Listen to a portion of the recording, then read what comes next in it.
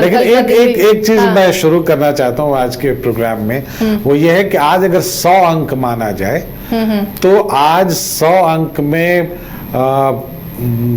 NDA गठबंधन को कितना मिलना चाहिए, महागठबंधन को कितना मिलना चाहिए, पीके को कितना मिलना चाहिए। आज तो तेज प्रताप और पीके को ही मिलना चाहिए क्योंकि उन्होंने अपने कैंडिडेट की घोषणा कर दी और पीके लगातार उसमें आगे चल रहे हैं। 116 सीटों पर जो है उन्होंने अपने प्रत्याशी घोषित कर दिए हैं और दिलचस्प यह है कि वो उसके साथ आंकड़े भी देते हैं कि अति पिछड़ी जाति पर खास करके फोकस करते हुए कि उसके कितने प्रतिशत हैं। आज भी कहा कि 1/3 अति पिछड़ी जाति से हैं और जब वो ये चीज़ें कहते हैं तो उसमें ये भी वो बता देते हैं कि उस अति पिछड़े में कितने हिंदू हैं और कितने मुस्लिम हैं। तो अति पिछड़े में ऐसा नहीं है कि सिर्फ एक कम्युनिटी से, दोनों कम्युनिटी को जोड़ के वो बातों को बताते हैं और वो बाकायदा वो इस चीज की घोषणा भी करते हैं। और इसके अलावा 100 में से कितना पॉइंट दिया जाना चाहिए, पीके को कितना देना चाहिए और बाकियों को कितना देना चाहिए?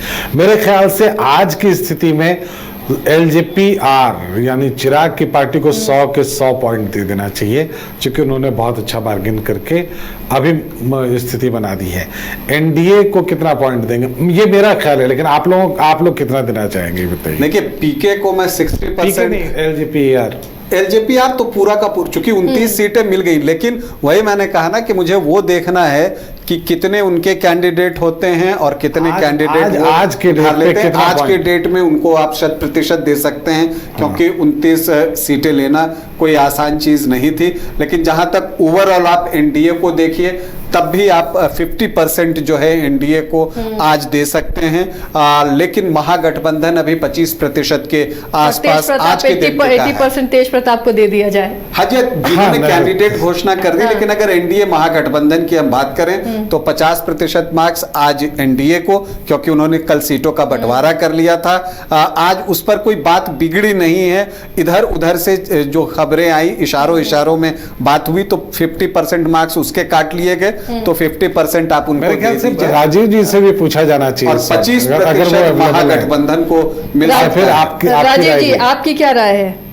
अब वो उनको आवाज मिल नहीं, देखिए मैं तो इस पूरे मामले में गंगेश जी के साथ हूँ, क्योंकि गंगेश जी ने जो कहा कि भाई 100% कहीं ना कहीं से चिराग पासवान को मिलना चाहिए, तो बिल्कुल देखिए चिराग पासवान पूरे तरीके से आप कह सकते हैं कि आज की तारीख में बिहार की राजनीति में 100% वो आप कह सकते हैं कि उन्होंने अचीव किया है। क्योंकि 2020 के चुनाव में उनके पास एक भी सीट, वो अपने अकेले चुनाव लड़े थे, एक उनका उम्मीदवार जीता था जो बाद में जाकर के जेडीयू में मिल गया, तो उनके पास कुछ था नहीं खोने के लिए, लेकिन पाने के लिए बहुत कुछ था। तो आज उन्होंने 29 सीट पाया है, तो आज 100 से 100% जो है वो चिराग पासवान के खाते में जानी चाहिए। महागठबंधन चूंकि अभी तक सेफ लिया नहीं है, वो अभी तक कुछ हुआ नहीं है, तेजस्वी यादव वही है, लालू पटना पहुंच चुके हैं, तो कल अब देखते हैं कि महागठबंधन क्या कुछ करता है। 100 में कितना है राजीव जी? 100 में कितना नंबर? नहीं, महागठबंधन को तो अभी मुझे लगता है कि कुछ भी पॉइंट देने की आवश्यकता नहीं है, क्योंकि जब तक आप सीट शेयर नहीं करेंगे, आप घोषणा नहीं करेंगे, तब तक उनको पॉइंट कैसे मिलेगा?